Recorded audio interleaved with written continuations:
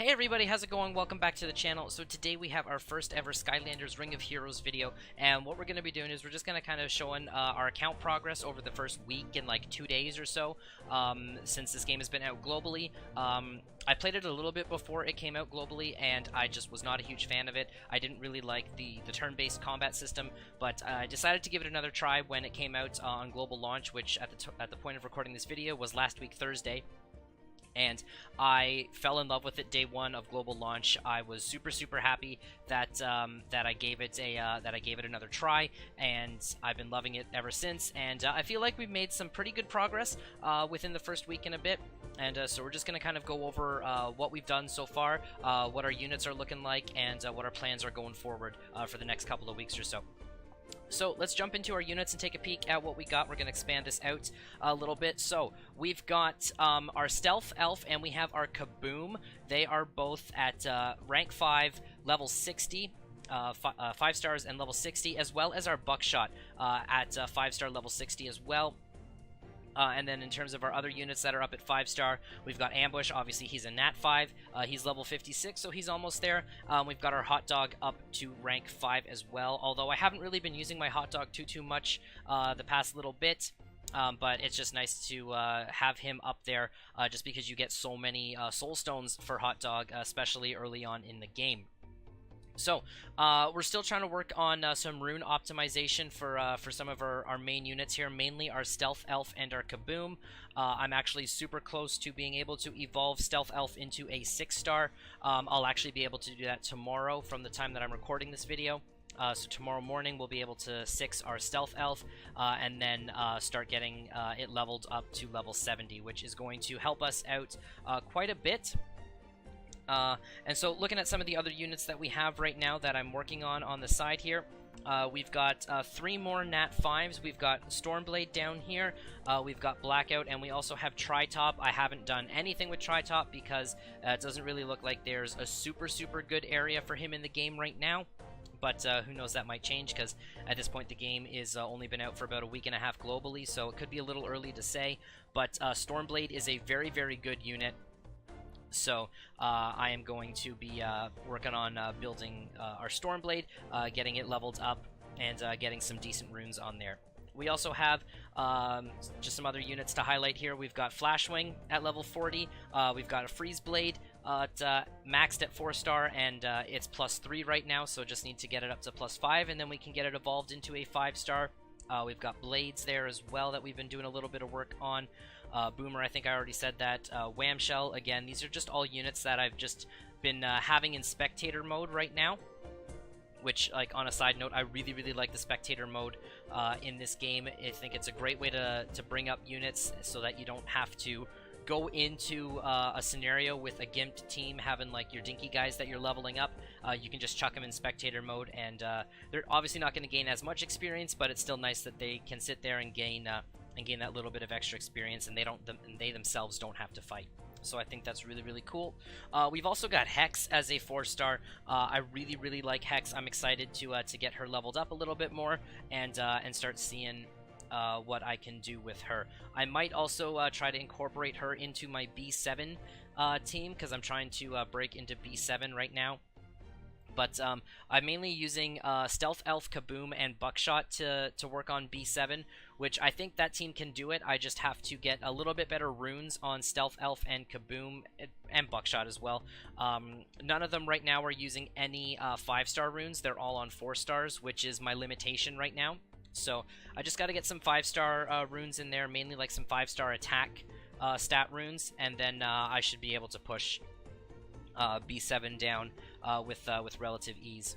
And if you're wondering why on earth my Grilla Drilla is awakened, I've just been getting way too many damn shards for that guy, so I figured I would just get the first little achievement for awakening a character, and I'm not going to be building Grilla Drilla, so I just, you know, kind of awakened him for the memes, but also for the gems from the achievement. So he is sitting there awakened just because. We're also working on getting our Kaboom awakened as well, so I'm still in the debate right now of do I 6-star Kaboom or do I awaken him first? I'm leaning towards awakening him, but I still need to get quite a few soul stones for him, so I have time to figure out what I want to do with Kaboom. But we're just gonna see. So that's mainly what our the top end of our roster is looking like right now. We've got a bunch of other units down here that we've obtained that we just really haven't done anything with. So there's nothing really too special that's sitting down here at the bottom. So yeah, so that's what our roster's looking like. In terms of our villains, Broccoli Guy OP. Broccoli Guy is who I'm using for everything. I didn't realize that I can actually power him up here by 1. So we can get him to +1 there.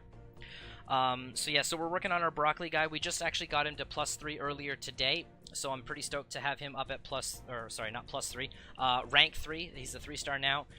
And just going to keep getting some shards. Mainly from the Wishstone summons is where I'm just relying on Broccoli Guy shards from, at least for right now.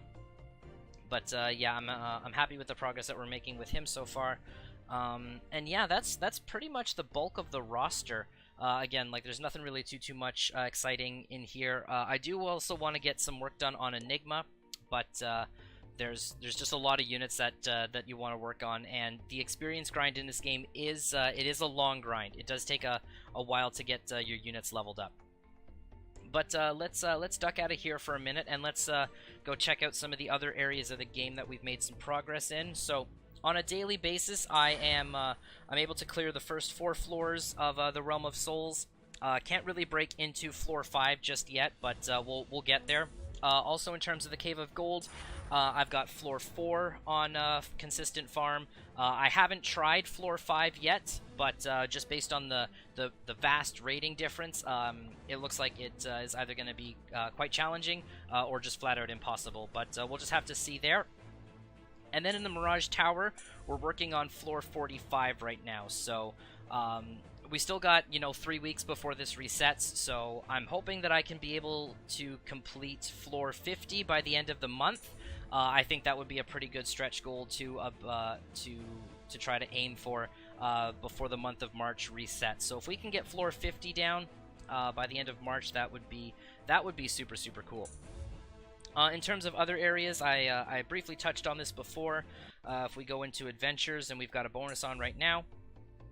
I'm currently able to 6-star both floor 6 of both the Beast and the Wailing Labyrinth. But like I said, I want to get into B7 farming as an absolute minimum. It's not really worth it to farm B6. It's you just get way too many 3-star runes, so it's just not optimal. So if we're able to get into B7 farming, we are going to get 4-star runes as a minimum, and then 5 stars and the occasional 6-star rune. But that's definitely going to be a vast improvement over farming stage 6 here. As you can see, you only get 3-star to 5-star runes, and in all the times that I've run Beast Labyrinth here, I've never gotten a 5-star rune. I've got more 5-star runes from running hard scenarios, so not really worth it there. And just making casual progress in some of these dungeons here. Some of them I can farm floor 6 consistently. Some of them I can only farm floor 5. I can farm. Yeah, some of them it's 5. Some of them it's 6. There's a couple of them that I can also do 7. It's mainly just comes down to elemental advantage and disadvantage is what determines if some of these dungeons are a little bit more challenging for me. But with just getting Stormblade last night from the day that I'm recording this, and once we can get him powered up a little bit more, I should be able to break into some of the higher floors on some of these dungeons where I can only farm 5. But also some of these that I can only farm 5, I just haven't gotten around to trying 6 yet, so I could be able to get 6 down, who knows. I just haven't taken the time to try to break into 6 and 7 on these yet. And then if we hop into our adventures, so I've cleared 10-7 normal, or sorry, that's a lie, 10-7 easy. We've got 10-7 easy cleared. I do want to be able to 3-star that so I can pick up some of these upgrade stones, because those would be very helpful on Broccoli Guy right now. And then I have, where are we at on normal? I think on normal, yeah, I'm working through World 8 on normal right now. So that's, I should be able to make some good progress on World 8 here, because if I'm remembering right, yeah, I've got elemental advantage with Kaboom and Buckshot on this world, so we should be able to make some decent progress here. I just have to you know, sit down and try it. And then for hard scenarios, I don't think I've started World 2 yet. No, I haven't started World 2, but I've 3-starred every stage in World 1 on hard. Again, it's just breaking into World 2 and giving it a try. A lot of these, my team, I should be able to do. It's just I haven't tried them yet. I've been doing a lot of Kaboom shard farming, so that's mainly where the bulk of my energy has been going lately. But I think that's mainly it in terms of what our roster is looking like. I don't think there's any other areas that that I can touch on. I mean, if we want to look at Arena, I'm sitting at Platinum 3 right now, which I'm very happy with. If I can break into Master 1, I think that would, or sorry, I guess it would be Diamond 1 is the next one, I guess. And just pick up those extra 450 gems, I think is the total. That would be really, really cool. But we'll see. I've got a couple of gears sitting there, so I might try that after I finish recording this video. But yeah, I think that's gonna do it. So thank you guys so much for watching this this little roster update video. We stream this a lot over on Twitch, so if you want to come watch us there, I'm gonna have my link in the description. Yeah, you can come hang out with us on Twitch. We do our best to help new players breaking into this game, so if you're new and you got questions, please feel free to come on over, and we can hang out, we can chat, and we can do our best to help you. We have a lot of people in the chat as well that are really experienced with this game, or these types of games, that are also very willing to help. So yeah, that is going to do it for this video, so thank you guys so much for watching. If you liked it, be sure to give it a thumbs up down below. Also, feel free to let me know in the comments what your Skylanders progress is, if you've been playing this game. And yeah, take care, and I'll catch you on the next one.